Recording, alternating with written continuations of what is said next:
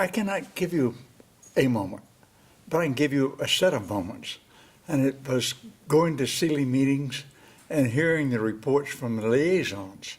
The people were out in the field telling about the work they were doing. And they particularly in the early days, there was so much energy from that and so much hopefulness coming out of that.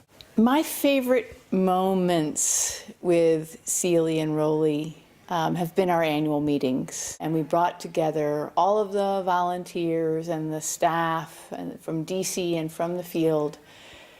And this is when you really saw the power of the movement that we were building across the region. I focus mainly on women's rights issues, and in Macedonia we started the first women's bar association they ever had there. And in Serbia I worked on a report on Serbia's compliance with CETA, as well as they had their first domestic violence law, and we worked with a victims association there and really made progress on how you implement the law on domestic violence. I have dozens of favorite moments because living in 6 countries over a 5-year period, there are so many favorite moments. Working in Bulgaria, actually in 1994, where I worked with 4 Bulgarian judges, all women, and together we helped to create a judicial training center in Bulgaria. And after creating it, I learned that the Chief Justice of the U.S. Supreme Court, Chief Justice Rehnquist, was going to be coming to Sofia, Bulgaria, and with the help of the U.S. Embassy and ABA CEELI staff in Washington, D.C., we encouraged the Chief Justice of the U.S. Supreme Court to come to Varna, which was the headquarters of the Judicial Training Center, and give welcoming remarks to the opening ceremony of the Judicial Training Center that CEELI created. I recall the very first conference when we took off with 2 justices from the Supreme Court of Ukraine, and we sat overnight on the train to Lviv, drinking vodka and eating salami and bread and cheese. And at one point, the justices just looked at me and they're like, we can't believe we're with foreigners being able to do this.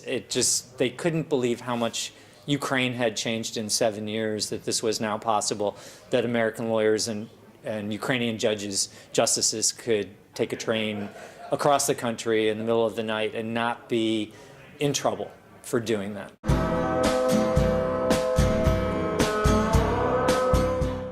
In introducing democracy and introducing rule of law, in sharing experiences with lawyers and judges in other countries that had not had the same experience.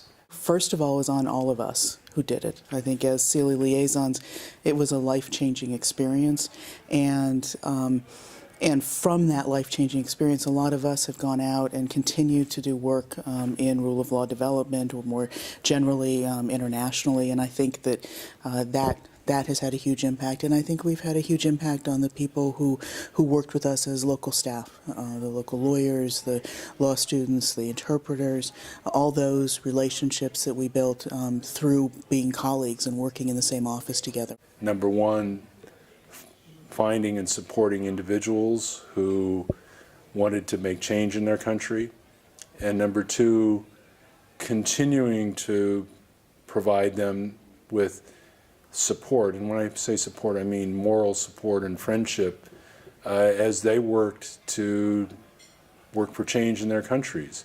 In Moldova, I think it had its greatest impact on through a project that we did called Know Your Rights, Know Your Defenders. We went around to a number of cities and towns in Moldova and simply spread out information on tables in the town square about where they could go for help with legal problems, and also in a sort of primitive way, what kind of rights were guaranteed to them under international conventions and under the Constitution.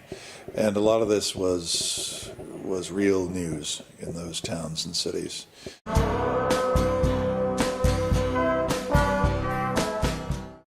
I think they're going to have to keep doing the same thing, because not only in the countries that we've already been in for a long time, they're still struggling.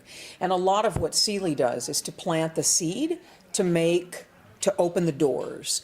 And as long as you're planting that information, somebody's going to hear it.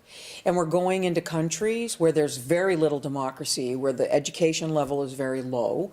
And so we have to just keep plugging away at that. I would like to see us more effectively and intentionally connecting the community of people who've been involved in these programs over the years, all the way back to the founding of CEELI and continuing forward.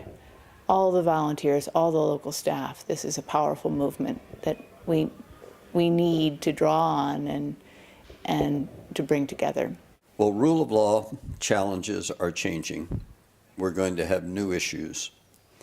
And I hope that these institutions can become effective instruments in strengthening the rule of law. We have learned a lot, I hope, and should be more and more effective at what we do. CEELI and ROLI have done one thing that is critical. They've lit the match on rule of law as a profession. And I would like to see CEELI and ROLI in 10 years continuing to be a standard bearer and a leader in defining what that means to be a rule of law professional. I would like them to be out of business because that would mean that we had rule of law all over the place.